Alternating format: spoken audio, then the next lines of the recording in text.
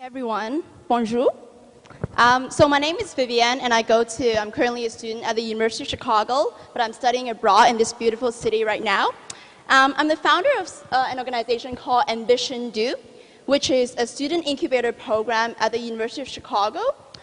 It's modeled after a lot of incubator programs we have in Silicon Valley. So to fully understand this organization, I think it's useful to understand a little bit about the ecosystem in Chicago. So the University of Chicago is famous for its economics program, but it's also famous for its liberal arts, very theoretical academic background, which means that when the government offered us funding to start an engineering school, we turned it down. So it's a very theoretical school where programming is considered lower than computer science.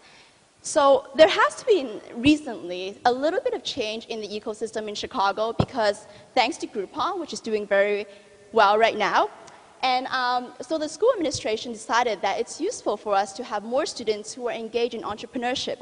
And this is where we come in as EnvisionDo. So what we are trying to do is to bridge the gap between the business side, the theoretical side of business, as well as the programming, so the execution side.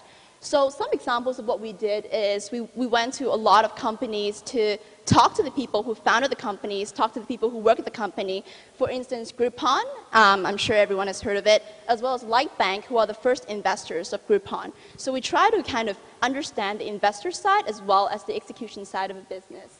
Other things we do is Envision Bites, which is a weekly newsletter that circulated among more than 1,000 students on campus.